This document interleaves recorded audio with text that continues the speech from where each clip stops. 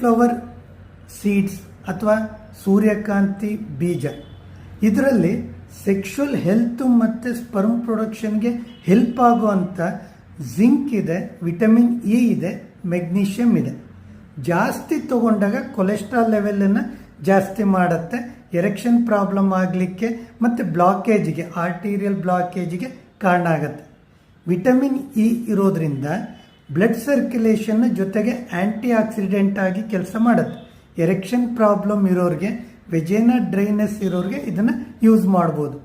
Zinc mineral ಇರೋದ್ರಿಂದ testosterone level ಜಾಸ್ತಿ ಮಾಡೋದ್ರಿಂದ ಸ್ಪರ್ಮ್ ಪ್ರೊಡಕ್ಷನ್ಗೆ ಹೆಲ್ಪ್ ಮಾಡುತ್ತೆ. ಅಂದರೆ ಇನ್ಫರ್ಟಿಲಿಟಿ, ಸ್ಪರ್ಮ್ ಕೌಂಟ್ ಕಡಿಮೆ ಇರೋರು ಅಥವಾ ಮೊಟಿಲಿಟಿ ಕಡಿಮೆ ಇರೋರು ಇದನ್ನು ಯೂಸ್ ಮಾಡ್ಬೋದು.